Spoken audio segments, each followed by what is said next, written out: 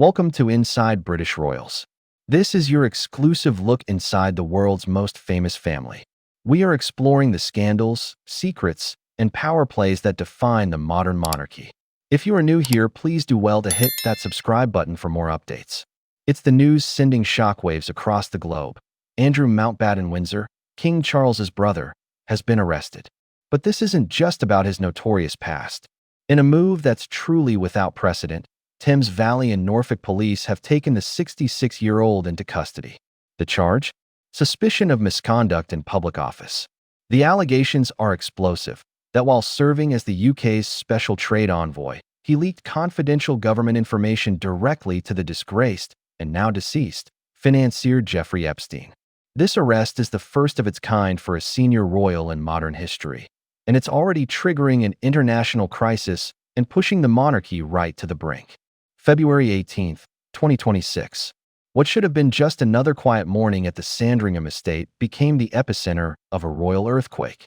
Unmarked police cars arrived at Wood Farm, Andrew's residence on the estate, not with a warning, but with an arrest warrant. He was taken into custody and questioned for hours before being released under investigation. Simultaneously, police began searching the property. So what's the legal basis for this bombshell? It's a common law offense known as misconduct in public office. Now, this isn't directly about the abhorrent sexual abuse allegations that have plagued him for years, though that shadow still looms large. Instead, investigators are focused on a different kind of betrayal, one against the state. The catalyst appears to be the monumental release of Epstein files by the U.S. Justice Department on January 30, 2026. Buried within millions of pages of documents were emails that reportedly appeared to be from the Duke. These emails allegedly show him forwarding confidential reports from his official trade missions. Within minutes of receiving sensitive briefs from his private secretary about trips to Singapore, Vietnam, and Hong Kong, he was allegedly sending them on to Jeffrey Epstein for his review. One email even discussed a classified brief on investment opportunities in Afghanistan. For years, Andrew held a position of immense trust as the UK's special representative for international trade and investment. The question now being asked by police is whether he abused that trust in the most damaging way imaginable. The reaction from Buckingham Palace was swift and severe, sending a clear signal that this time is different. In a move that stunned royal watchers, it was confirmed that neither King Charles nor the palace were informed of the arrest in advance. The police acted completely independently, treating a royal just like any other citizen suspected of a serious crime. Hours later, King Charles issued a formal statement signed Charles R. He expressed his deepest concern over the news, but was unequivocal. "Let me state clearly, the law must take its course," the king declared, affirming that the investigation has the royal family's full and wholehearted support and cooperation. This wasn't a defense of his brother. It was a defense of the rule of law and, by extension, the crown itself. This moment feels like the culmination of a crisis that's been brewing for years. It follows King Charles's decisive action in October 2025, when he stripped his brother of his remaining titles, including Prince and Duke of York, and removed him from his royal residence. For years, the monarchy has tried to contain the Andrew problem, first with his disastrous 2019 BBC Newsnight interview, then with the out-of-court settlement with Virginia Giuffre, whom he has always denied meeting. But this arrest rips away any last shred of control. It puts the king in an impossible position, caught between what's left of family loyalty and the absolute need to protect the institution he's sworn to lead.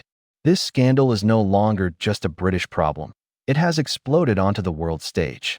The very nature of the allegations, leaking confidential trade information, has sent a chill through diplomatic circles.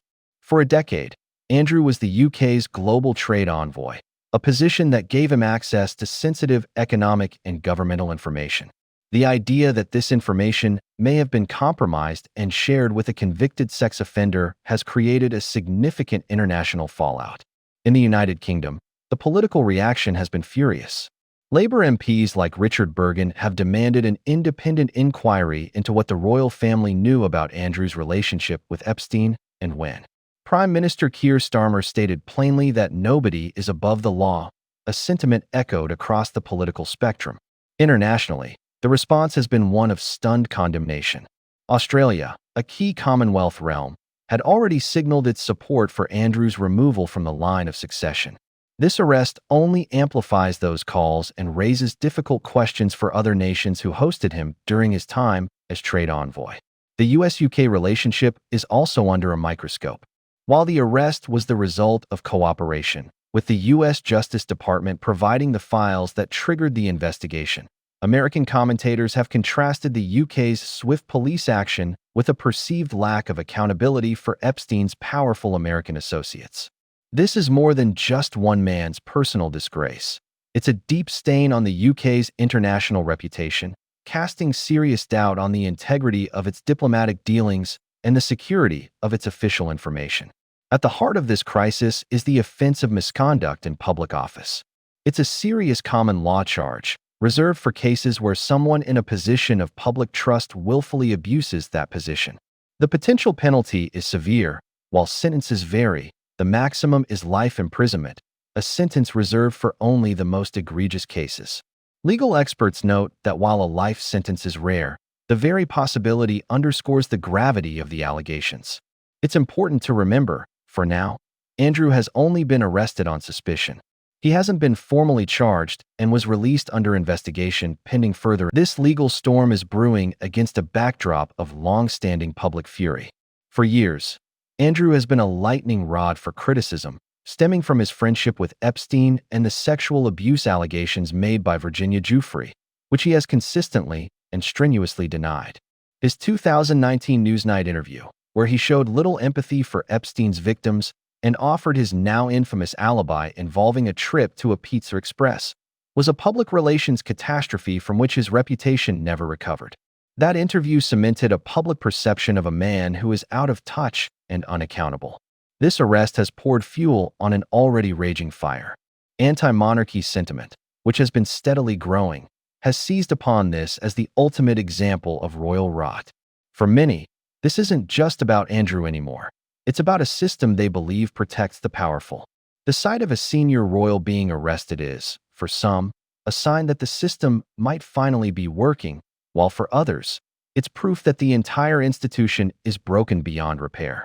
Before we unpack what this means for the future of the entire royal family, be sure to subscribe and hit the notification bell so you never miss an update on this developing story. So what happens next? The path forward is incredibly dangerous, both for Andrew Mountbatten-Windsor and for the monarchy itself.